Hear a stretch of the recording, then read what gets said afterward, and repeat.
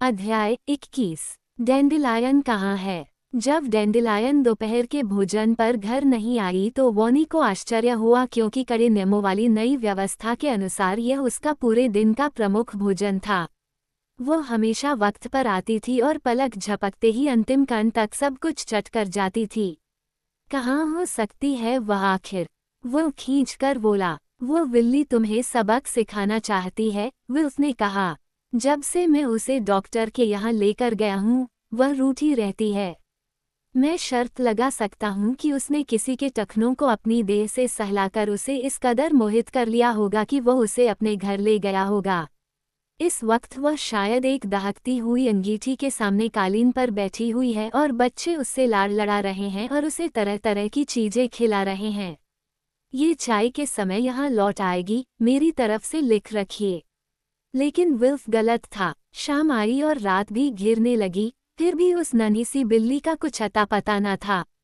गोधूली के समय वॉनी पूरी बगिया में घूमता फिरा उसका नाम पुकारता और गुलाब की झाड़ियों के नीचे झांकता रहा।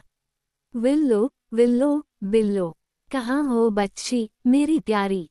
बिल्लो, विल्लो। लेकिन सब बेकार। वह जवान जोड़ा, जो हर रात को बानी की खिड़कियों में रोशनी को जलते और फिर बुझते देखने के लिए पेड़ के नीचे मिलता था, इस शाम हैरान था। वह विशाल मकान घुप अंधेरे में खोया हुआ था, सिवा उन दो छोटी छोटी मोमबत्तियों के जो बगिया के अंधकार में हौले हौले लर्जती हुई यहाँ वहाँ भटक रही थीं और जिन्हें यामे हुए वॉनी और विल्फ गुमशुदा बिल्ली की खोजबीन कर रहे थे। आखिरकार विल्फ ने बानी को सोने के लिए राजी कर लिया, लेकिन उसकी नींद उखड़ी उखड़ी थी और वह दुखी और बेचैन महसूस कर रहा था। उसे डैंडेलायन की परिचित गर्मी और दबाव की कमी खल रही थी, जो हमेशा रज़ाई के ऊपर सोती थी, बानी के मुड़े हुए घुटनों की तिकोन में घुसड़कर। वो उसके बिना कितना अकेला महसूस कर रहा था। विल्फ के पास अपनी एक चतुराई भरी योजना थी और वह सारी रात रसोई घर की मेज पर बैठा उस पर काम करता रहा। जब तक वुडफोर्ड पर पौ फटी उसने 20 शानदार पोस्टर बना लिए थे, हर एक पर डैंडेलायन की एक तस्वीर चिपकाई हुई थी। लापता। हर पोस्टर के ऊपर बड़े काले अक्षरों में लिखा था और फिर फोटो के नीचे लिखा था, नन्ही सी बिल्ली जिसका नाम डैंडेलायन है। रंग काला है, पर सीना और पंजे सफ़ेद हैं और नाक पर एक सफ़ेद धब्बा है। आखिरी बार लाल चमड़े का जुआ पहने देखी गई। बेहद प्यारी और बहुत याद आने वाली। अगर आपको दिखाई दे, कृपया फ़ोन करें वुडफोर्ड 6,08,29,741 और फिर बिल्कुल नीचे फिर बड़े बड़े काले अक्षरों में, भारी इनाम। आखिरी पोस्टर को तैयार करके ख़त्म करते करते विल्फ ने अपनी नाक खुजलाई और उम्मीद की कि वे ठीक ठाक बन गए थे। उसने बानी से इनाम के बारे में बात नहीं की थी, लेकिन उसे मालूम था कि डैंडेलायन बानी के लिए पैसे से कहीं ज़्यादा महत्वपूर्ण थी। विल्फ को ये पक्का यकीन नहीं था कि डैंडेलायन सचमुच अपने नाम से बुलाए जाने पर उत्तर देगी या नहीं।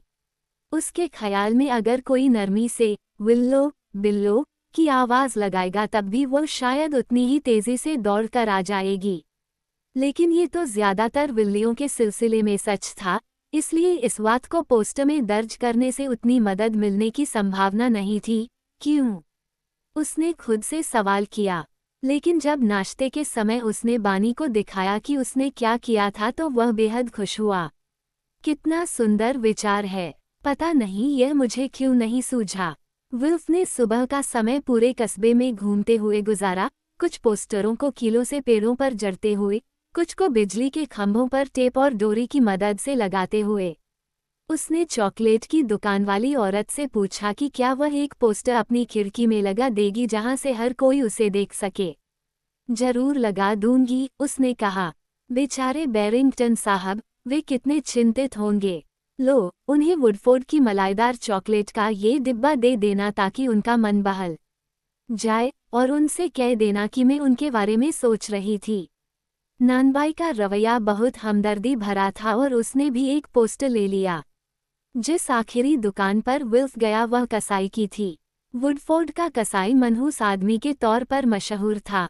अगर उससे एक खिले उजले दिन आपकी मुलाकात होती और आप कहते, कितना बढ़िया मौसम है आजकल, तो इन मुमकिन है उसका जवाब होता, हाँ, लेकिन अगर थोड़ी ही देर में बारिश होने लगे तो मुझे हैरत नहीं होगी। अगर आप उससे पूछते कि वह स्वस्थ सानंद तो है, तो वह कोई इस तरह की बात कहता, हाँ, लेकिन मैंने सुना है कि पेट की बीमारी का एक बड़ा वेव इन्फेक्शन हवा में फैला हुआ है जो मुझे हो सकता है। जब विल्फ सुबह उसकी दुकान पर पहुंचा तो वह बकरे की रान के टुकड़े कर रहा था और उसके चेहरे पर कुछ ऐसा भाव या मानो वह उस बकरे को पहले से जानता था और यह भी जानता था कि उसका ऐसा ही बुरा अंजाम होगा। बहुत धीरे धीरे उसने अपने हाथ धारीदार झाइन से पोंछे और पोस्टर को परखा। मैं खिड़की में एक लगा दूंगा अगर तुम चाहोगे तो, उसने कहा, लेकिन इससे कोई फायदा नहीं होगा। मेरा मतलब है, वह एक बेहद मामूली दिखने वाली बिल्ली है न? वुडफोर्ड में वीसियों काली सफ़ेद बिल्लियां होंगी, सो तुम कैसे बता सकोगे कौन सी तुम्हारी वाली है? हो सकता है वह यूं ही भाग गई हो। दगाबाज जानवर होती हैं बिल्लियां। कभी उन्हें पसंद नहीं किया। उन पर भरोसा करो और वे इस तरह बदला चुकाती हैं। उसने फिर से चापड़ उठाया और उसे जोर से गोश्त पर मारा। एक और टुकड़ा सफाई से कटकर एक तरफ गिर गया। मुझसे पूछो तो अब वह तुम्हें कभी नहीं दिखेगी।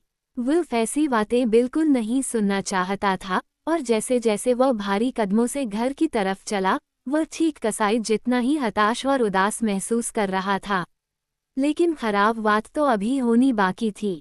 वॉनी दरवाजे पर बड़ी बेचैन और बदहवास हालत में उसका इंतजार कर रहा था। वह खोई नहीं है, विल्फ। नहीं, वह महज टहलती हुई कहीं चली गई है। बल्कि इससे खराब बात हुई है, उफ़ कहीं ज्यादा खराब। जब तुम बाहर गए थे तो डाक की पेटी में कोई यह डाल गया था। कागज का जो पन्ना वॉनी ने अपने कांपते हुए हाथों में उठाया हुआ था, बड़ा अजीब सा लग रहा था। किसी ने अखबारों और पत्रिकाओं से अक्षर काटकर उन्हें गोंद से इस कागज पर चिपकाया था ताकि जो बात वह कहना चाहता था इस तरह अक्षर अक्षर करके कह दी जाए। कुछ अक्षर बड़े थे, कुछ छोटे और हिज्जे भी कुछ अजीब से थे। कुछ अक्षर उल्टे भी चिपकाए गए थे, लेकिन संदेश काफी साफ था और वॉनी और विल्फ के लिए उसे देखना भयानक था। हैवरफोर्ड्स नफील देवदूत मुझे भेज दो, वरना बिल्ली की खैर नहीं।